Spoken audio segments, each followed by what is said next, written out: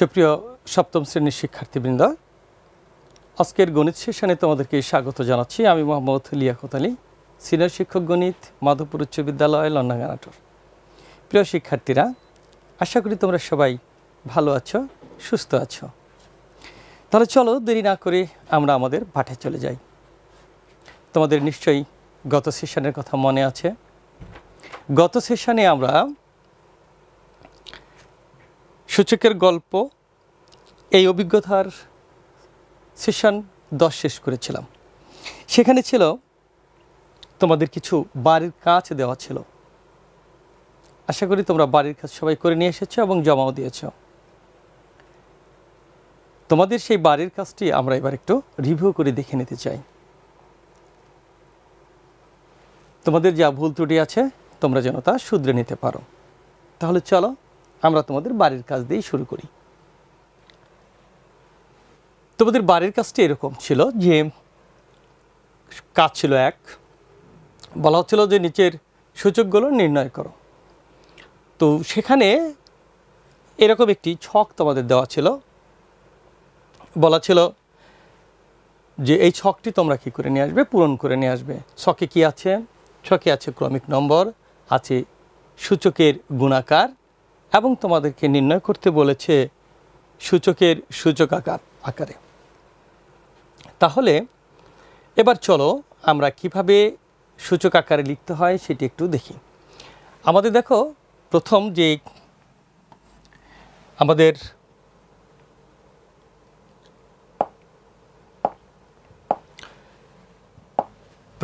দেখো এখানে যে সূচকটি দেওয়া আছে সেটি হচ্ছে 8-এর সূচক 14। এটা সূচকীয় একটি রাশি। এই সূচকীয় রাশি কয়বার গুণ আছে? দেখো এটি 4বার গুণ আছে, 1 2 3 4। তাহলে আমরা কি শিখেছিলাম যে সূচকীয় রাশি বা মানে কোনো সংখ্যা যদি যতবার গুণ আকারে থাকবে তার সূচক তত হয়। নিশ্চয়ই এটি মনে আছে।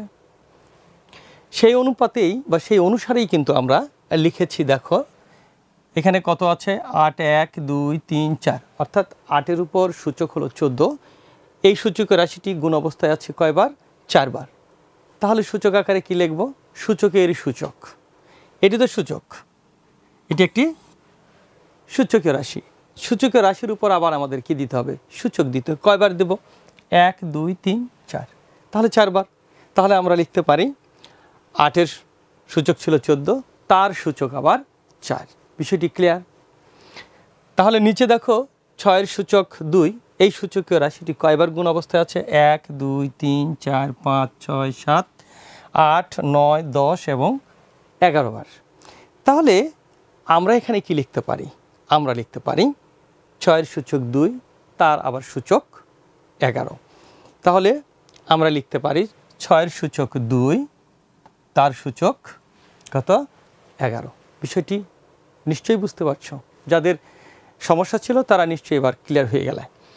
এরপরে দেখো 3 নম্বরে তোমাদের জন্য যা রয়েছে 14-এর সূচক 3 গুণ 14-এর সূচক 3। তাহলে 14-এর সূচক 3 এই সূচকের রাশিটি কয়বার গুণ? 2 বার। তাহলে কি লিখবে? 14-এর সূচক 3, তার সূচক হলো কত? তার সূচক 2। কেন 2 বার গুণ? আমরা লিখে নিলাম তার সূচক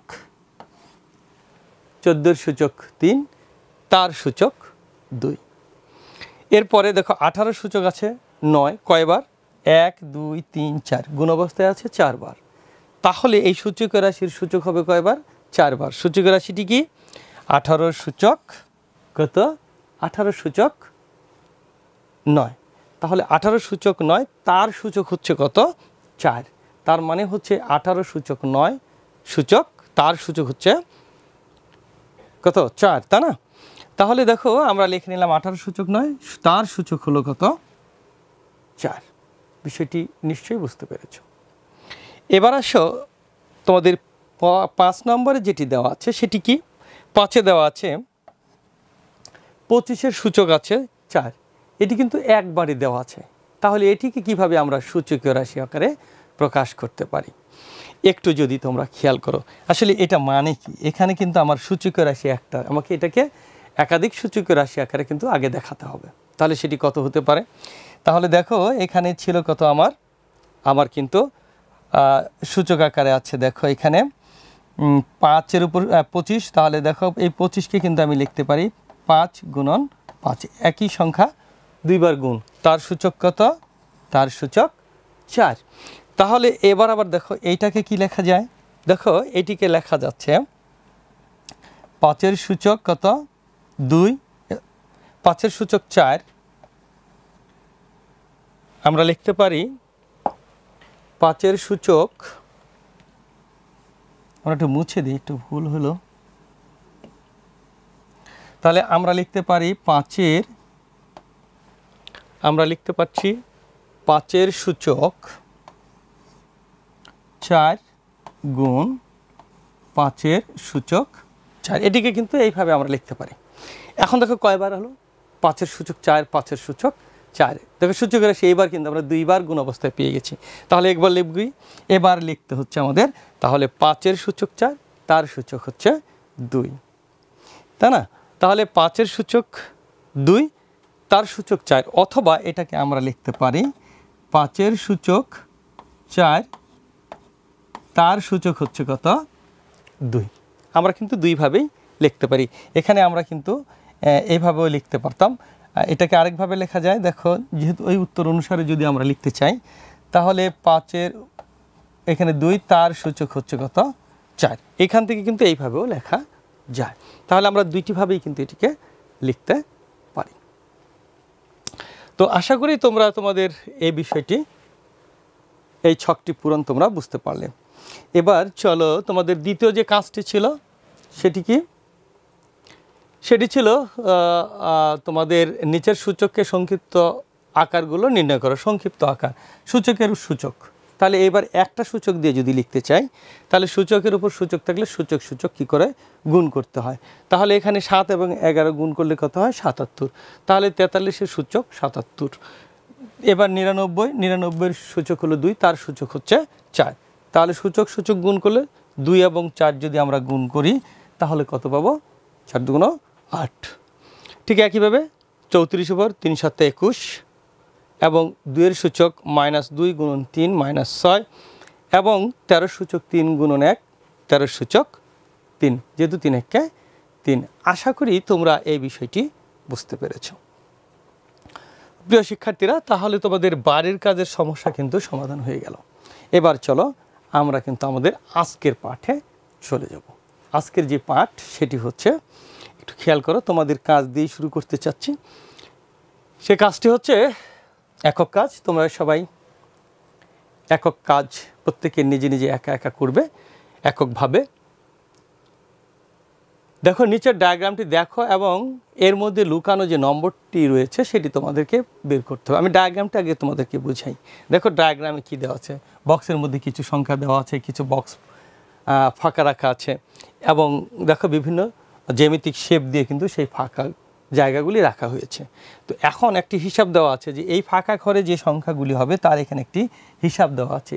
সেই হিসাব করে যে সংখ্যাটি এখানে আসবে সেটি হলো এই দরজা খোলার নম্বর।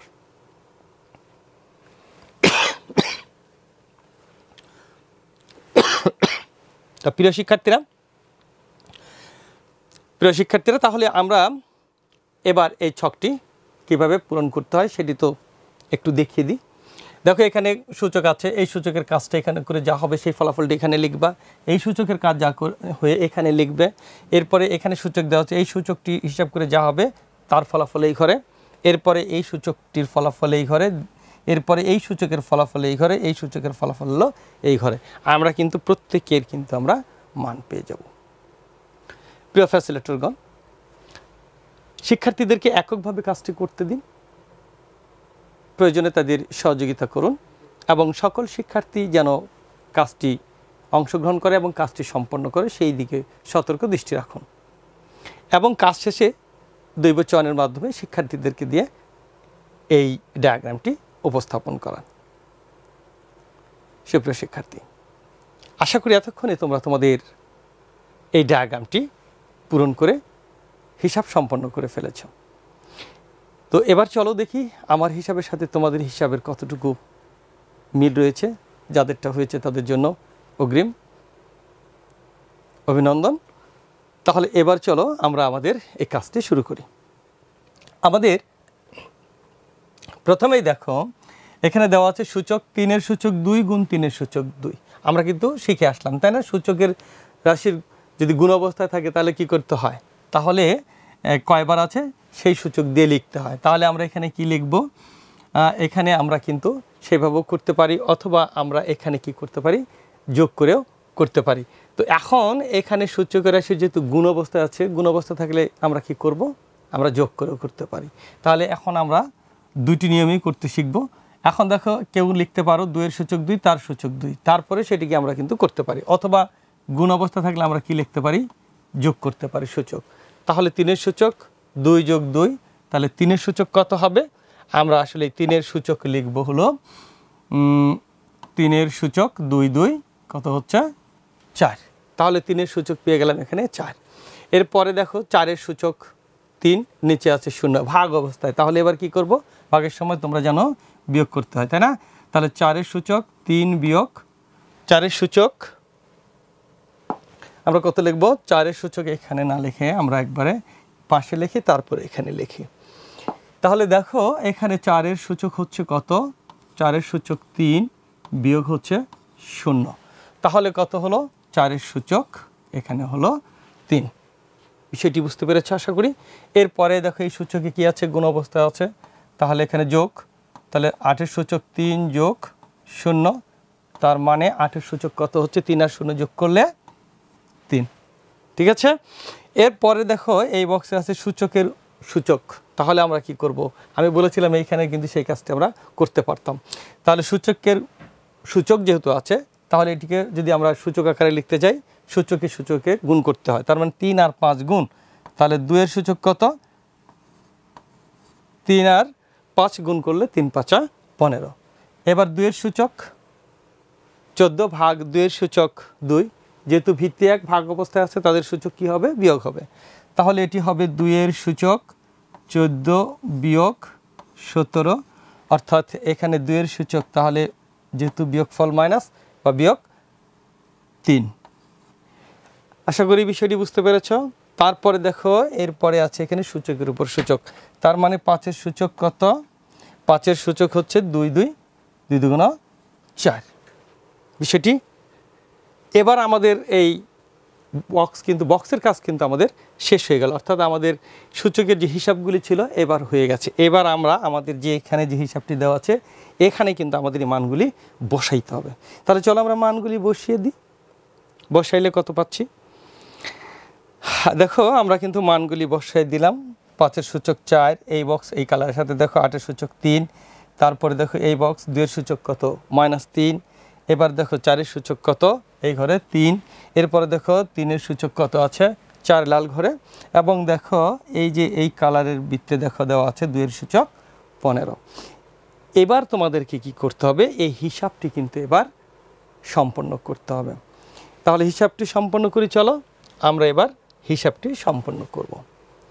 তাহলে এবার আমরা হিসাবটি করি, চলো। তাহলে হিসাবটি কি, এখানে দেখো লেখা আছে কত, 5-এর সূচক 4। তাহলে 5-এর সূচক 4 মানে কত সংখ্যা আসে সেটি আমরা একটু হিসাব করি। 5-এর সূচক 4, 5-এর সূচক হচ্ছে 4, অর্থাৎ আমরা পাচ্ছি 625। এবার দেখো অর্থাৎ 5 কয়বার গুণ, 4 বার গুণ। এবার দেখো যোগ, 8-এর সূচক আছে কত, 8-এর সূচক আছে 3, অর্থাৎ 8 3 বার গুণ।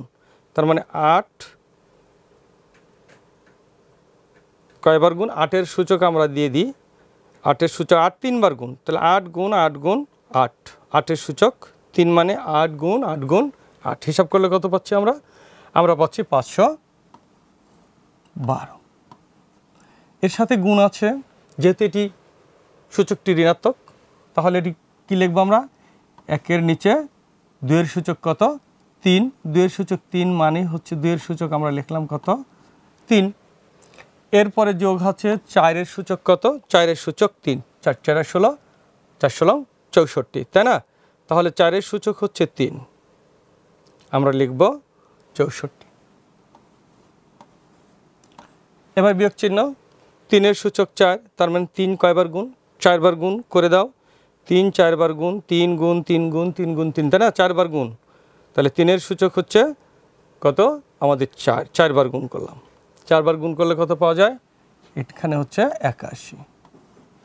এরপরে দেখো 2-এর সূচক আছে 15, আমরা সেটিও হিসাব করি। 2-এর সূচক 15, অর্থাৎ 2 কয়বার? 15 বার গুণ লিখে, তাই না? তাহলে 2-এর সূচক হচ্ছে 15।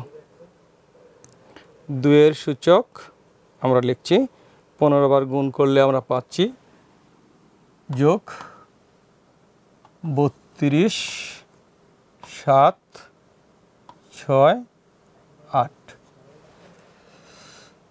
আমরা আবার একটু হিসাবটা দেখে নিই। 2-এর সূচক 15, 32, 76, 8, ঠিক আছে। এবার আমাদের দেখো এর পরের হিসাব আমরা কি করব? 6, 2, 5 যোগ, এখন এইখানে যদি আমরা হিসাব করি তাহলে 5-এর সূচক কত হচ্ছে? এখানে দেখো 2-এর সূচক আছে কত? 3, তাই না? তাহলে 2-এর সূচক যদি 3 বার থাকে আমরা 3 কি লিখতে পারি? আমরা লিখতে পারি এখানে কত?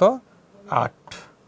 2-এর সূচক 3 মানে 8 যোগ 64 বিয়োগ 81, যা আছে তাই তুলে দিলাম, তাই রেখে দিলাম। হ্যাঁ, আমরা কিন্তু তাই রেখে দিলাম। এবার আসো আমরা একটু এই যে এই জায়গাটার কাজ করব। যদি গুণ আছে এই জায়গাটার কাজ আমাদেরকে করতে হবে। আমরা এই জায়গায় কি কাজ করব? আমরা দেখো এখানে যদি 512কে আমরা 8 দ্বারা ভাগ করি তাহলে কত হয়? 512 ভাগ হলো আমাদের 8, আমরা এই ভাগটা করব। তাহলে দেখো আমরা পাচ্ছি এখানে 64 যোগ আবার আরেকটা 64 বিয়োগ এখানে 81 যোগ হলো কত? 3, 2, 7, 6, 8। এবার যোগেরগুলি আমরা একদিকে যোগ করে নিই। দেখো এইটা এটা এটা এবং এইটা, এই সংখ্যাগুলি আমাদেরকে কি? এগুলো আমাদের হচ্ছে যোগের। আমরা এই যোগেরগুলি এক জায়গায় করি, যোগ করি। তাহলে আমরা কত লিখব? যোগ করলে 625 যোগ 64 যোগ 64 যোগ 3, 2, 7, 6, 8। আমরা যোগফল পেলাম কত? আমরা যোগফল পেলাম 33,521। এর থেকে বিয়োগ করব কত? আমরা দেখো মাইনাস কত আছে আমাদের? যেহেতু বিয়োগ 81, আমরা বিয়োগ 81 দিয়ে দিলাম। এবার ফলাফলটি করি আমরা। বিয়োগ করে 81 বিয়োগ করলে কি আসে? এবার দেখো বিয়োগ করলে আসে 3, 3, 4, 4, 0। এই হলো আমাদের যে বক্সটি ছিল, অর্থাৎ এই বক্সে তাহলে আমাদের ফলাফল আসছে কত? 33, 44, 0। তার মানে এটি হলো আমার সেই গোপন নম্বর, যে নম্বর পেলে আমরা দরজাটি খুলতে পারবো। আশা করি তোমরা এতক্ষণ যা দেখলে বা বুঝলে সেই হিসেবে কিন্তু এই পাজলটি তোমরা করতে পেরেছো। তাহলে তোমাদের উত্তরও নিশ্চয়ই এটি এসেছে। তোমাদের সবাইকে ধন্যবাদ। এবার চলো আমাদের নেক্সট কি কাজ আছে আমরা সেটি দেখি। প্রিয় শিক্ষার্থীরা, এবার দেখো তোমাদের জন্য কিন্তু স্ক্রিনে একটি ছবি দেওয়া আছে। ছবিতে কি আছে দেখো? সূর্য আর হলো পৃথিবী। এই যে সূর্য এবং পৃথিবী, এর মাঝে দূরত্ব কত তোমরা কি কেউ বলতে পারবে? সূর্য থেকে পৃথিবীর দূরত্ব কত কিলোমিটার? প্রিয় ফ্যাসিলিটেটরগণ, শিক্ষার্থীদের কাছ থেকে উত্তরটি জেনে নিন এবং তাদেরকে উত্তর করার জন্য সময় দিন। ঠিকই বলেছ প্রিয় শিক্ষার্থীরা, পৃথিবী থেকে সূর্যের দূরত্ব হচ্ছে 15 কোটি কিলোমিটার। এই যে 15 কোটি কিলোমিটার, এটি একটি কিন্তু বিশাল বড় সংখ্যা, তাই না? আচ্ছা, এরকম কিন্তু অনেক বড় বড় সংখ্যা কিন্তু আমাদের রয়েছে। এরপরে দেখো আরেকটি, তোমরা নিশ্চয়ই আরেকটি চিত্র দেখতে পাচ্ছ। এই চিত্রে দেখো কি করা হচ্ছে? টর্চ দিয়ে আলো দেওয়া হচ্ছে। তার মানে আলো, এই আলো প্রতি সেকেন্ডে কত মিটার যায় সেটিকে আমরা জানি। তোমরা কি জানো? কে বলতে পারবে? প্রিয় ফ্যাসিলিটেটরগণ, শিক্ষার্থীদের এই উত্তরটি দেওয়ার জন্য যথেষ্ট সময় দিবেন এবং তাদের সহযোগিতা করবেন। ধন্যবাদ শিক্ষার্থীরা। অর্থাৎ আলোর বেগ প্রতি সেকেন্ডে 30 কোটি মিটার। প্রিয় শিক্ষার্থীরা, বিষয়টি লক্ষ্য করো, 15 কোটি একটি বিশাল বড় সংখ্যা, 30 কোটি বিশাল বড় একটি সংখ্যা। এই সংখ্যাগুলিকে আমরা কিভাবে ছোট করতে পারি? তোমরা তো নিশ্চয়ই জেনেছো, অনেক বড় বড় সংখ্যাকে কিন্তু আমরা কি দ্বারা ছোট করেছি, কোন পদ্ধতিতে, কি আকারে লিখে? নিশ্চয়ই মনে আছে। হ্যাঁ, ঠিকই বলেছ যে এগুলো আমরা সূচকীয় আকারে প্রকাশ করলে ছোট করে লিখতে পারবো। তাহলে চলো দেখি তোমাদের জন্য কাজ, কি কাজ অপেক্ষা করছে। এবার দেখো, তোমাদের জন্য একটি ছক দেওয়া আছে, এই কাজটি কিন্তু তোমাদেরকে করতে হবে। দেখো ছকে কি আছে? ছকে আছে আলোর গতিবেগ সেকেন্ডে 30 কোটি মিটার। এবার তোমাদেরকে বলা হচ্ছে যে এই যে ছকে ফাঁকা ঘরগুলি রয়েছে সেগুলি তোমরা পূরণ করবে কিভাবে। দেখো, প্রথমে কিছু করে দেওয়া আছে, কি করে দেওয়া আছে? দেখো লেখা আছে, এটাকে 10 দিয়ে গুণ করেছে, করে আবার ওটাকে দেখো 10-এর উপর 1 পাওয়ার দিয়েছে। আসলে বিষয়টি এইভাবে না, আসছে কিভাবে একটু চিন্তা করি। এখানে দেখো লেখা আছে 10 দ্বারা কি করতে হবে, এই 10 দ্বারা কিন্তু এটাকে আমাদেরকে ভাগ করতে হবে। আমরা কিন্তু এটাকে 10 দ্বারা কি করব, এই সংখ্যাগুলিকে ভাগ করে ছোট, অর্থাৎ কোন সংখ্যাটাকে, আমাদের সংখ্যা দেওয়া আছে এই যে এই সংখ্যা, এটাকে প্রথমে কি করব, 10 দ্বারা ভাগ করব। ভাগ করলে কি হয়? দেখো ভাগ করলে হয় কত, দেখো এবার দেখো 30 কোটি থেকে এবার কি ছোট হয়ে গেল, একক, দশক, শতক, হাজার, অযুত, লক্ষ, নিযুত, কোটি, কয় কোটি হয়ে গেল? 30 কোটি থেকে হয়ে গেল 3 কোটি সংখ্যা, তার সাথে গুণ দিল 10। তার মানে কেন, এই যে 30 কোটি সংখ্যাটি আছে, একে যদি আমরা দেখো 10 দ্বারা গুণ করি তাহলে কিন্তু সংখ্যার মানটি কিন্তু বেড়ে যাওয়ার কথা। তাহলে সংখ্যার মানটি যদি বেড়ে যায় তাহলে তো আমার হিসাব ঠিক থাকলো না। ঠিক রাখার জন্য কি করতে হবে? আসলে এখানে 10 দ্বারা কি করা হচ্ছে, 10 দ্বারা ভাগ করলে ছোট হয়ে যাবে, আবার 10 দ্বারা যদি শুধু গুণ করি তাহলেও সংখ্যাটি বড় হয়ে যাবে। সেই কারণে 10 দ্বারা ভাগ করে আবার 10 দিয়ে কী করা হয়েছে, গুণ করা হয়েছে। তার মানে 10 দ্বারা গুণ করলে কী হয়, দেখো একটা শূন্য কমে যায়। দেখো এখানে একটা শূন্য কিন্তু কম দিয়ে 10 দ্বারা গুণ আকারে লেখা আছে। আশা করি তোমরা বিষয়টি বুঝতে পেরেছো। ঠিক একইভাবে কিন্তু তোমাদেরকে পরের কাজটাও দেখো।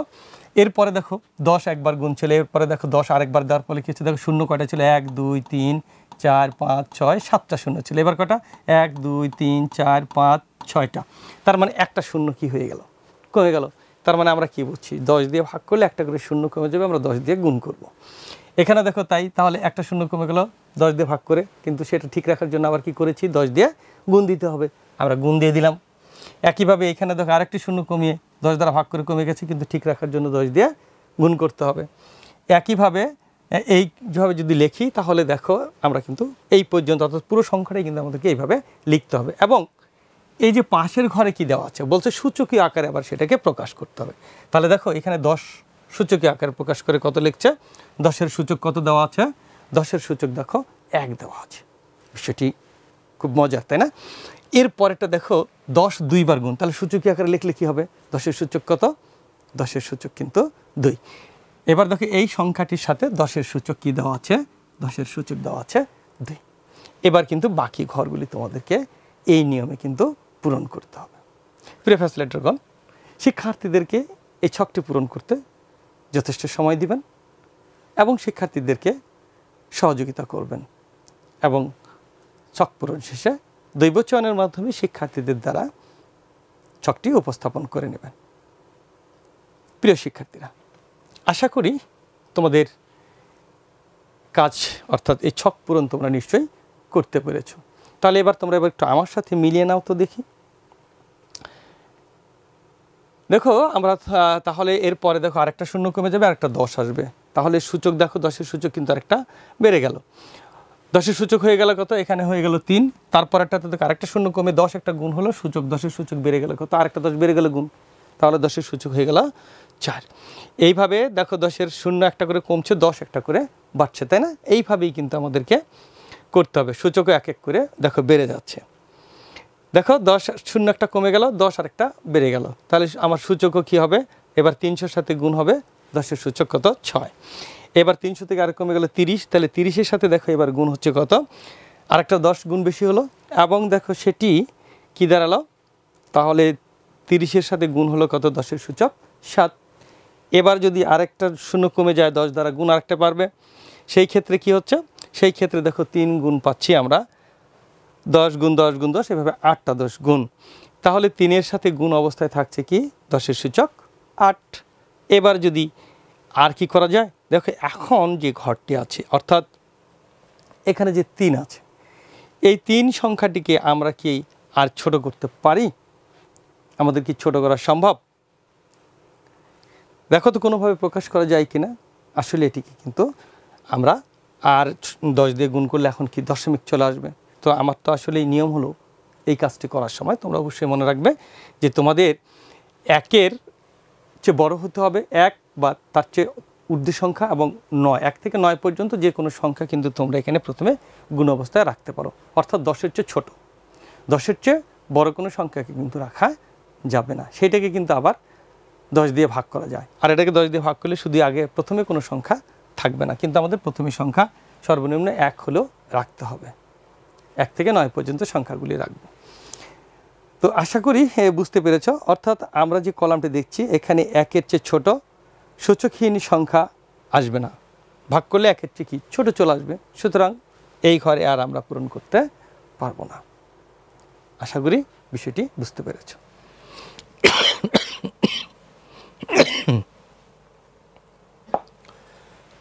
প্রিয় শিক্ষার্থীরা, এতক্ষণে দেখো যে আমাদের এবার লাস্ট আরেকটি ছক তোমাদের জন্য রয়েছে। এটি ছিল আমরা আগেরটা বের করলাম কি আলোর গতিবেগ, এবার আছে কি সূর্য থেকে পৃথিবীর দূরত্ব। ওই একই নিয়মে একইভাবে তোমরা করে ফেলবা এবং ফেলেছ। আশা করি তোমরা এই কাজটিও করবে। প্রিয় ফ্যাসিলিটেটরগণ, এই কাজটি করার জন্য শিক্ষার্থীদেরকে যথেষ্ট সময় দিবেন। শিক্ষার্থীদের এই কাজটি করেও দৈব চয়নের মাধ্যমে তাদেরকে দিয়ে উপস্থাপন করে নেবেন। এবার যে কাজটি এইটাও দেখো সেই সেম নিয়মে আমাদেরকে কিন্তু করতে হবে। তোমরা সেভাবেই করেছো আশা করি। কিন্তু এবার সবশেষে দেখো এবার যে সংখ্যাটি আছে, এবার এই সংখ্যাটিকে আমরা 10-এর সূচক আকারে যদি লিখি তাহলে 10-এর সূচক কত দিচ্ছি এখানে আমরা? দেখো আমরা 10-এর সূচক দিচ্ছি কিন্তু 7। অর্থাৎ 10-এর সূচক হচ্ছে আমাদের 7। 10-এর সূচক যেহেতু 7, কয়বার গুণ ছিল? 1 2 3 4 5 6 7। কিন্তু এবার একটি বিষয় লক্ষ্য করো, এখানে লাস্টে কত আছে? 15। এটি 10-এর চেয়ে ছোট না 10-এর চেয়ে বড়? 10-এর চেয়ে ছোট। তাহলে এখানে কি আমরা এভাবে রাখতে পারবো? নিশ্চয়ই না। তাহলে তোমরা কি করবে? এটিকে কিভাবে লিখবে? এটিকে কিভাবে লিখেছো? তাহলে এটিকেও আমরা কিন্তু একটু লিখতে হবে, যেহেতু আবার আরেকটা 10 দ্বারা ভাগ করে আরেকটা 10 বাড়ায় দিতে হবে এবং দশমিক নিয়ে আসতে হবে। বিষয়টি যেন মনে থাকে। তাহলে আমরা পেয়ে গেলাম 10-এর সূচক 8, 1.5। এখান থেকে আমরা কি বুঝলাম? এখান থেকে আমরা কি সিদ্ধান্ত নিতে পারি? আমরা সিদ্ধান্ত নিতে পারি যে আমাদের যে সংখ্যাগুলি থাকবে, অর্থাৎ আমরা যখন সূচকীয় আকারে লিখব তখন 1-এর চেয়ে বড় 1 বা তদূর্ধ্ব কিন্তু 10-এর চেয়ে ছোট সংখ্যা আমাদের প্রথমে দিয়ে শেষ করতে হবে। আশা করি বিষয়টি তোমরা বুঝতে পেরেছ। তাহলে আমরা দেখতে পেলাম যে আমরা প্রকাশ করে কি পেলাম। এবার এতক্ষণ পর্যন্ত প্রায় 10-এর সূচক ব্যাপারটি দেখেছি, আমরা সেগুলো নিয়ে একটু চিন্তা করব। আমরা সরাসরি সংখ্যা দিয়ে একটি উদাহরণ দেওয়ার চেষ্টা করছি। যেমন 1000, এই 1000 যে সংখ্যাটি আছে সেটিকে দেখো কিভাবে লেখা আছে। তাহলে এই সংখ্যাটি দেখো আমরা কিভাবে হিসাব করতে পারি। তাহলে আমরা যেহেতু এখানে 1000 আছে, 1000কে 10 দ্বারা ভাগ করলে দেখো প্রথমে 100, ওই একই নিয়ম 10 দ্বারা ভাগ 10 দিয়ে গুণ, আবার 100কে 10 দিয়ে ভাগ 10 দিয়ে গুণ, তাহলে 10 গুণ 10, এবং এই 10কে যখন ভাগ করবো 1 গুণন 10। এইভাবে দেখো আমরা কোথায় এসে শেষ করেছি? আমরা কিন্তু 1-এ এসে শেষ করেছি। সূচক কিন্তু সে আগের মতো 10 একটা করে বাড়বে, 1 1 করে কিন্তু বৃদ্ধি পেয়ে গেছে। দেখো এখানে কিন্তু লাস্টে এসে কত দাঁড়ালো? 1। অর্থাৎ আমরা দেখলাম যে এই সংখ্যাগুলি হিসাব করার জন্য যে আমরা বলেছি যে 1-এর চেয়ে বড় 1 থেকে 9 পর্যন্ত সংখ্যা হবে, অর্থাৎ 10-এর চেয়ে ছোট সংখ্যা হবে 1 হতে পারে, কিন্তু 1-এর চেয়ে ছোট কোনোভাবেই সম্ভব নয়। 1 আসলেই বা 10-এর চেয়ে ছোট আসলেই আমরা বুঝবো যে আমাদের হিসাব শেষ হয়েছে।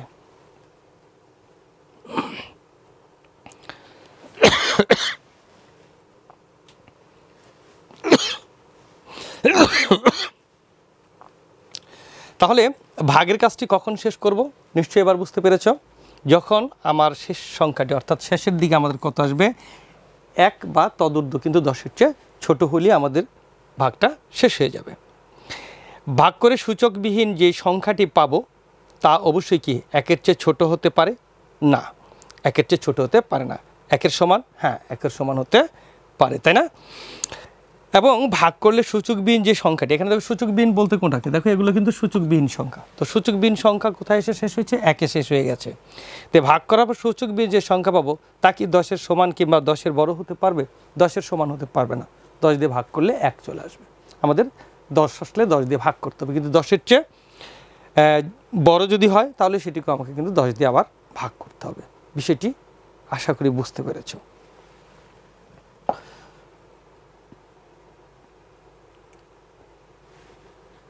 তাহলে এবার তোমরা এই একক কাজটি বাড়ির কাজ হিসেবেই তোমাদেরকে দেয়া হলো। তোমরা এই কাজটি কিন্তু সূচক আকারে প্রকাশ করে আগামী ক্লাসে নিয়ে আসবে। তো এই ছিল আজ আমাদের এই সেশনের কাজ।